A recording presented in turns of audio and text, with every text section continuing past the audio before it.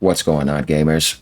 Oh boy, look at this Forza Horizon 6 reviews, and it's pretty much consistent of the past three Forzas. The Forza Horizon 4, Forza Horizon 5, and now 6, staying above that 90 plus Metacritic bracket. Playground Games proves once again that they can do it, that they're great developers, and that they're not falling off, which I knew was going to happen.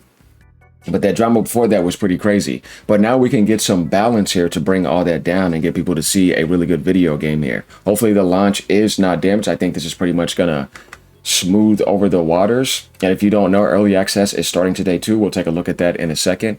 But going right over here on Metacritic, it's at a 91 Metacritic at the moment. IGN, I'm sorry, but yeah, IGN gave it a 10. If you guys know how funny that is, right? Because you know IGN is... or mixed bag. And seeing that is actually hilarious. Eurogamer gives it a 10. Giant Bomb gives it a 10. The Gaming Bible gives it a 10. Then we see a bunch of other scores down here, all the way down to the 7, which is actually interesting. If you guys know, the drama in this game, for this game has been absolutely insane with the leaks and then the community and the bans. But like I said, what I said in the other videos, no matter what, the game is still going to sell millions and it's going to do fine. Congratulations to Playground. Hopefully they can do really good with Fable. That's what I want to see them do. That's going to tell me also how talented they really are outside of the racing sphere. As if they can make Fable actually be a really good game, make it score well, and drop 2 amazing games in 1 year. This is not anything new to me. This is exactly what I expected. A 90 plus Metacritic, and for one of the best settings that I think deserves the respect, because a lot of other games are not doing that correctly. Now we got another Japan spot developed that's actually really good. Yeah, and I think that matters if you know you love racing and you know how important racing is historically in Japan, and if you're an Initial D lover, right? Yeah, we all know Initial D is absolutely amazing. Yeah, best anime, racing anime, and one of the best of all time. So right here, the Forza Horizon devs say early access for Forza Horizon 6 starts rolling out today for Xbox and Steam players who pre-ordered the premium edition. Yeah, okay, yeah, get ready, y'all. Read more about everything available from today with premium edition at Forza Horizon 6 early access right here. Glorious Japan says it's 12:40 a.m. in Australia and it's still not playable. What gives? Interesting. The night before Forza Horizon 6. What if you bought the premium edition add-ons bundle? Dude, you gotta have the game. Please give us a date for PlayStation. Don't worry, it's gonna happen. Early access of an already finished game is exactly the mindset that ruins games and gaming nowadays. I don't support pre-orders, pre-order bonuses, and different editions anymore. So we're getting some stuff here, which is actually funny. It's not out now, it's out tomorrow. That's sort of misleading. I got hit by a black screen when I tried to open the game. My wife and I game share on Xbox. If I purchase, will she be able to play early as well? I mean, yes, of course. Unless like somebody doesn't support that type of stuff. But if you guys are wondering, yeah, early access is supposed to be rolling out today, depending on the regions that you're actually in. Now going down here, Charlie Intel says Forza Horizon 6 is now the highest rated Metacritic game of the year. It was Pokemon Pokepia. And I don't know about the mixtape game because there's a lot of drama going on with that, but I ignore that. Not that it's a game I want to play either. I'm not interested. But we're talking about games that actually, cost a ton of money. So it's Forza and Pokemon Pokepia now that are setting a bar this year with Resident Evil Requiem. As you know, that's doing very well as well. Soros is scoring well.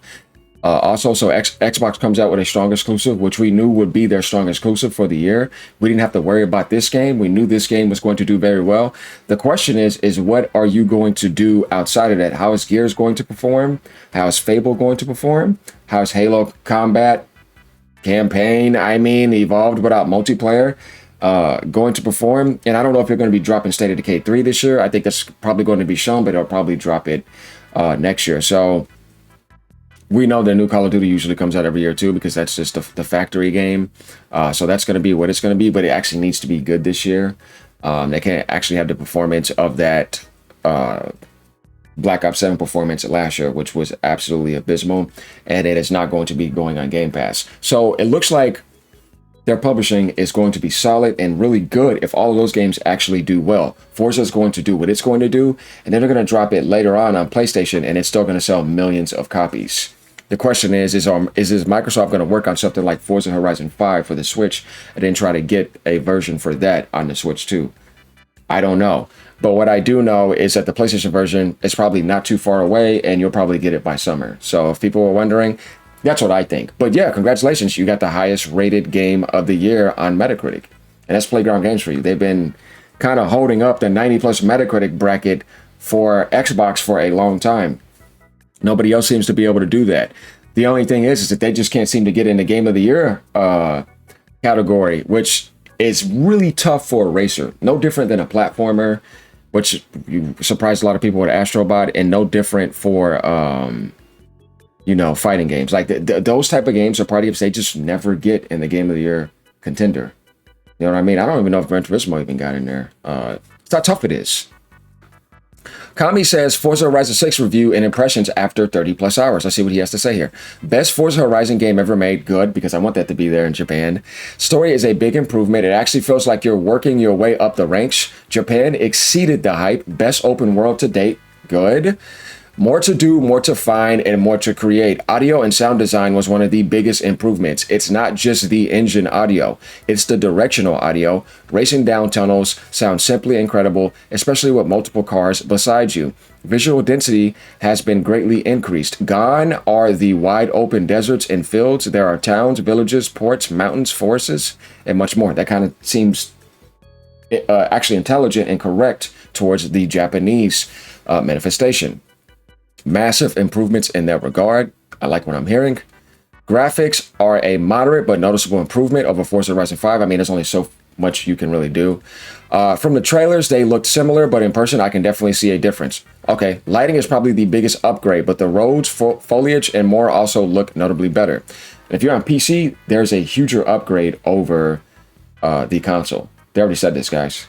So it says PC version has ray tracing reflections and RTGI during gameplay. It's a transformative upgrade, but still looks great without it. I actually decided to turn off for 4K to get a higher frame rate. That's okay. The game's going to look really good regardless if you think about it. No issues with performance. Gameplay and overall feel of driving is more realistic, but still fun. Each car feels distinct and handles differently. Massive open world with tons of single player content, and all of it was fun and seamless. There really weren't any events I didn't enjoy. Wide range of customization and accessibility options that you can tweak to your liking. Over 550 cars to unlock. We knew that on the leak, sadly. They don't throw them at you quite as fast as Forza Horizon 5, which is good. Each region has treasure cars where you sent a photo and have to find the rare car at that location. So they got that going on. It's like the boneyard things that you had going on in 5. Okay, cool. Each region now has mascots you can smash in addition to XP boards. Rewards includes new cars, credits, customization options, and more. Biggest complaint is that the NPC density could still be higher, especially in the Tokyo area. I understand it's for performance reasons, but seeing sparsely populated streets and sidewalks in the heart of Tokyo feels unrealistic and immersion breaking. I consider this a minor nitpick though, not a huge deal. So we're getting good things right here. Loading times are faster across the board. You got fast travel, which is still there. Obviously, soundtrack is definitely solid. Definitely better than Forza Horizon 5 and 4. Okay, good. Good amount of real-world licensed songs and a dedicated J-pop station, which you kind of need for the Japanese setting. And like I said, there's a lot more I could say about Forza Horizon 6, but long story short, it's fun. And remember, he played like 30-something hours. I did not want to put the game down during this review period. Playground has addressed nearly every point of feedback coming off of 4 and 5. The long-awaited Japan setting exceeds expectations with a gorgeous open world packed with things to do and vistas to see. Tokyo City is massive and feels incredible to drive through, especially during those street races at night. Initial D time, guys. The story actually feels like a real story as you work your way up from an unknown driver to a Horizon legend. So there we go. We say 25 hours. Okay. In progress. Okay, impressions after 30 plus hours, and the review is for that. Okay, I see what he's saying. So, all right, didn't he just say that? And as we know, this game is going to look incredible. I mean, look at that. That looks absolutely amazing. That looks very Japanese. Oh, man. Let me get off the screen real quick. Look at those screenshots. Yeah, that's incredible. I like what I'm seeing here. Nice screenshots, man. But we really get an idea right here. This is very nice. And this is on PC, so of course it's going to look that good. We know it's going to look good on the PS5 Pro as well. And then we got Metacritic saying, with 108 critic reviews lodged so far, yeah, there's just a lot of reviews, not just a little bit. It is a Metacritic must-play.